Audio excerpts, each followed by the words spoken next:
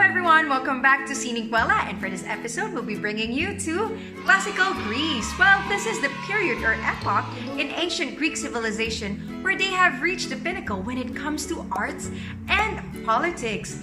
It is considered as the golden age, for it has brought us sophisticated columns through their advancements in architecture, introduced us the concept of Western democracy, gave us marvelous and naturalistic sculptures, and what I love the most until now, literature. Reason why today we're going to make a Pandora's box. Yes, so it's one of the great myths, and the Pandora's box myth is actually one of the most descriptive myths on human behavior. So the story goes as Pandora, being the first human created by Zeus, was gifted by the gods and then given a box, and she was instructed not to open it, and curiosity got into her head and she opened it and unleashed the evil that roamed the world. So it also gave misfortunes, a lot of misfortunes to people. So anyway, that's the story. Just imagine I'm Pandora this time, and I'm going to unbox or just open my box and share positivity through making some art with you. So let's go to classical Greece and modern day Greece. Yeah, so we'll be traveling in this episode as well. So are you ready? Let's do this. I know you guys wanted to see modern day Greece, but before that, let's go to the ancient time and talk about ancient Greek art. Well, ancient Greek art stands out among that of other ancient cultures for its development of naturalistic but idealized depictions of human body, in which largely nude male figures and were generally the focus of innovation. The art of ancient Greece is usually divided stylistically into four periods: the geometric, archaic, classical, and Hellenistic. Let's take a closer look on the classical period. It is a time where sculptures and statues were put to wider uses. Funeral statuary evolved during this period, from the rigid and impersonal kuros of the Archaic period to the highly personal family groups of the classical period. These monuments are commonly found in the suburbs of Athens, which in ancient times were cemeteries on the outskirts of the city. In the classical period, for the first time, we know the names of individual sculptors, just like Phidias, who created the Parthenon marbles. In the Hellenistic period, artist seeks to represent the character of his subject, including themes such as suffering, sleep, or old age.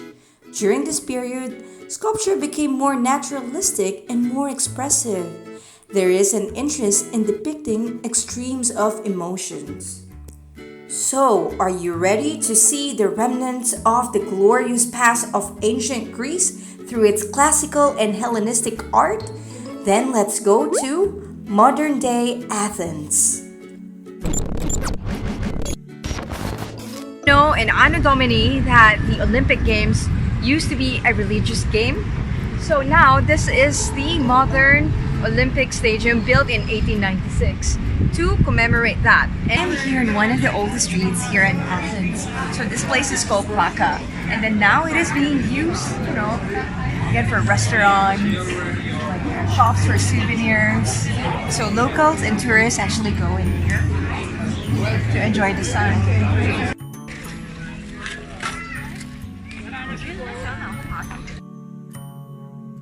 So at my back is actually the gate to the Acropolis.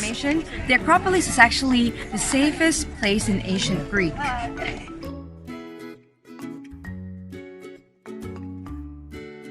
This is actually Roman architecture, and it's a concert hall that they used to have. And anything beyond this point is actually not more than 200 years old. So this is the oldest place that you could be here in Athens. One of the gifts of the Golden Age would be the Parthenon. So it's just like one of the temples here inside the Acropolis, and the people built three temples to please the gods, Athena and Poseidon. And then on my back Again, it's a Parthenon, and then they're still constructing it until now, and it started in 1975. So this is actually the temple where the fight between Athena and Poseidon took place. So, like you see all these pillars, like the women, these are just replicas. Yeah. So these are the materials that we needed to prepare in creating our activity. So grab your shoebox and then get your strips of newspapers plus your glue and water mixture and your paintbrush and just do this. Yeah, put an ample amount of glue and water mixture onto the box and just put everything in there. Just like that. Easy, right? So do it in the entire box. Make sure that everything has stuck together. Yeah. And you better let it dry maybe for a day and it will look like this. Yeah. So if you want to make it more neat, especially on the edges, you can add a masking tape.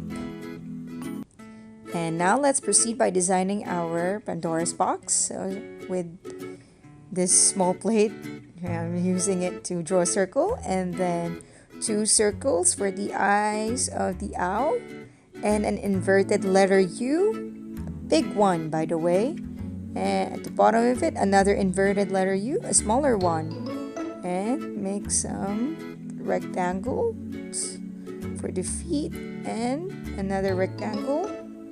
And for the wings, it's just like making something like letter D. Yes.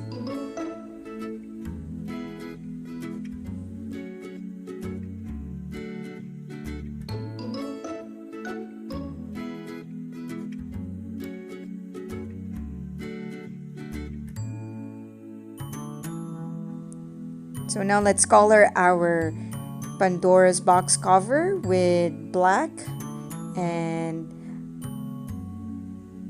there you have it. And we're using gold paint for the owl silhouette. By the way, I'm using acrylic paints for this art activity because I don't want any paint residues on my hand or elsewhere. And usually that happens when I use poster colors. So let's put some gold paint on the edges of our cover. Then more gold paint in there. So I'm using that as a reference.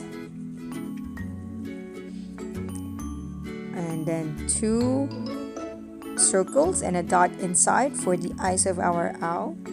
And then an inverted triangle or a letter V for the beak. And let's separate the body from the wings by adding an outline, just like.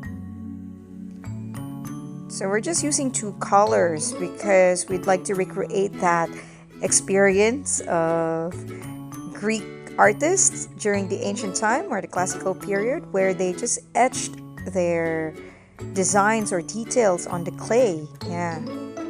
So there you have it. Easy, right?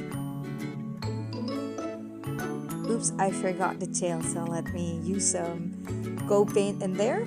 And voila, we're done. So let's design the rings that we made and just putting some geometrical patterns in there, just like that, using my marker. And for the box, just paint it with black color, okay?